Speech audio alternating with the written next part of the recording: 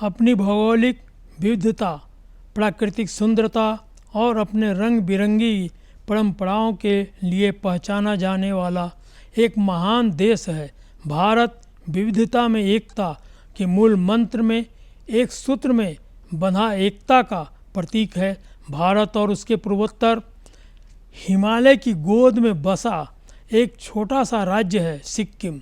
सुंदर, शांत, सुदृढ़ सिक्किम वैसे तो प्राकृतिक सुंदरता से सजा हुआ सिक्किम पर्यटकों में अत्यंत लोकप्रिय है, लेकिन इसके साथ ही अपनी जैविक खेती और पूर्ण जैविक राज्य के रूप में भी देश विदेश में अपनी एक विशिष्ट पहचान बना चुका है। राज्य के पारंपरिक खेती से जैविक खेती में रूपांतरित करने का निर्णय सरकार द्वारा वर्ष 2003 में राज्य विधानसभा में एक प्रस्ताव के माध्यम से लिया गया था।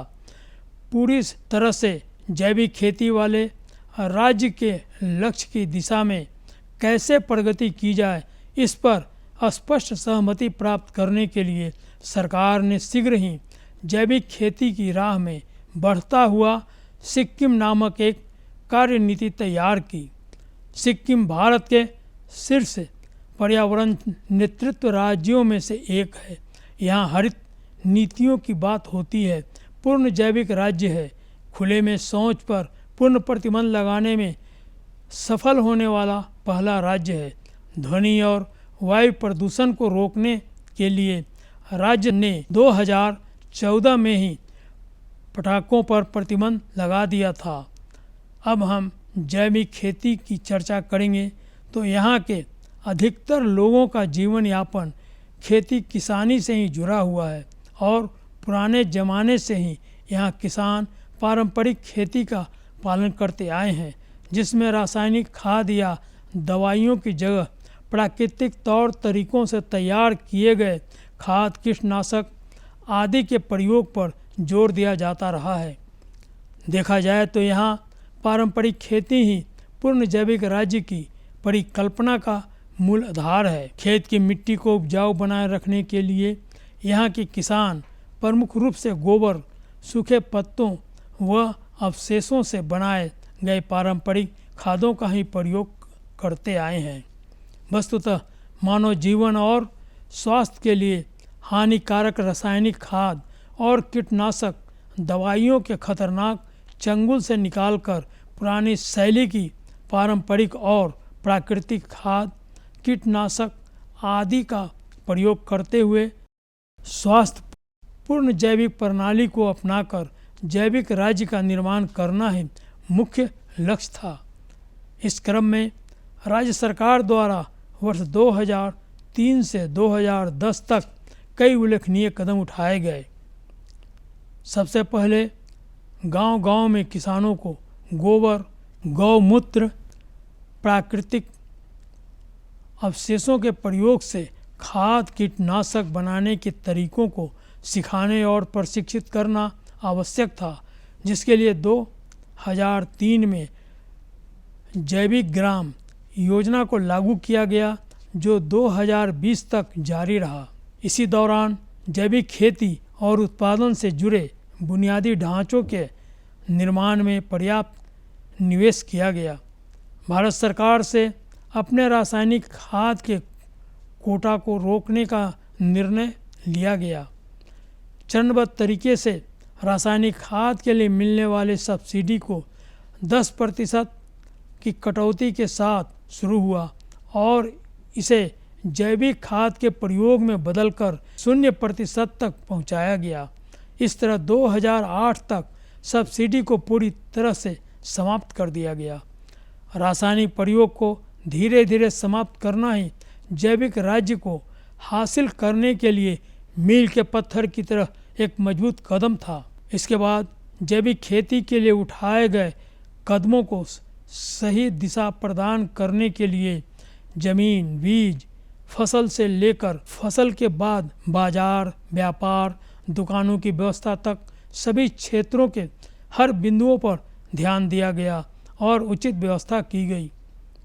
2010 में सिक्किम ऑर्गेनिक मिशन का शुभारंभ किया गया, जिसके अंतर्गत ICS प्रबंध के माध्यम से किसानों को सक्षम बनाया गया।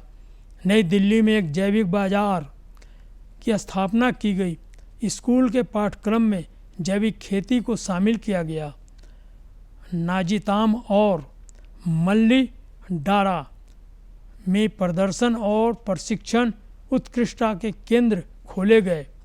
बेरोजगार युवकों को ICS के विभिन्न कार्यों में प्रशिक्षण करने के लिए 3 आजीविका स्कूल खोले गए। बीज प्रशिक्षण के लिए प्रयोगशाला की स्थापना तथा गुणवत्ता वाले जैविक बीज के उत्पादन और किसानों को उपलब्ध कराने के लिए ग्रीन हाउस को स्थापित करना शामिल है।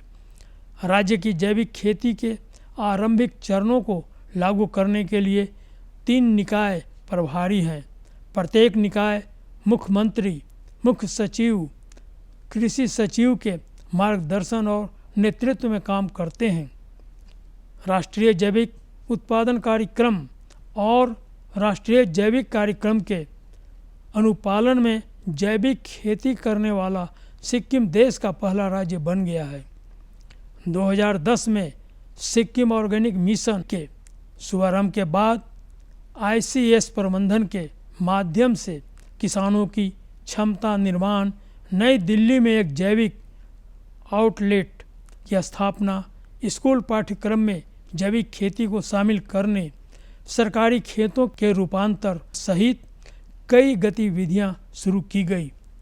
नाजिताम, मल्लीडारा नामक जगहों को जैविक खेती के प्रदर्शनों और प्रशिक्षणों के संचालन के लिए उत्कृष्टता केंद्र के रूप में और बेरोजगार युवाओं को ICS और प्रमाणन गतिविधियों में शामिल होने के लिए तथा प्रशिक्षण देने के लिए तादोंग, बर्मेक और दर्मदीन के 3 आजीविका स्कूलों का शुभारंभ किया गया। गुणवत्ता वाले जैविक बीजों के साथ किसानों को आपूर्ति करने के उद्देश्य से कुछ महत्वपूर्ण कदम उठाए गए, जिसमें बीज प्रशिक्षण प्रयोगशाला की स्थापना, प्रसंस्करण सुविधाओं को मजबूत करना और गुणवत्ता वाले जैविक बीज उत्पादन के लिए स्वचालित ग्रीन हाउस स्थापित करना शामिल है।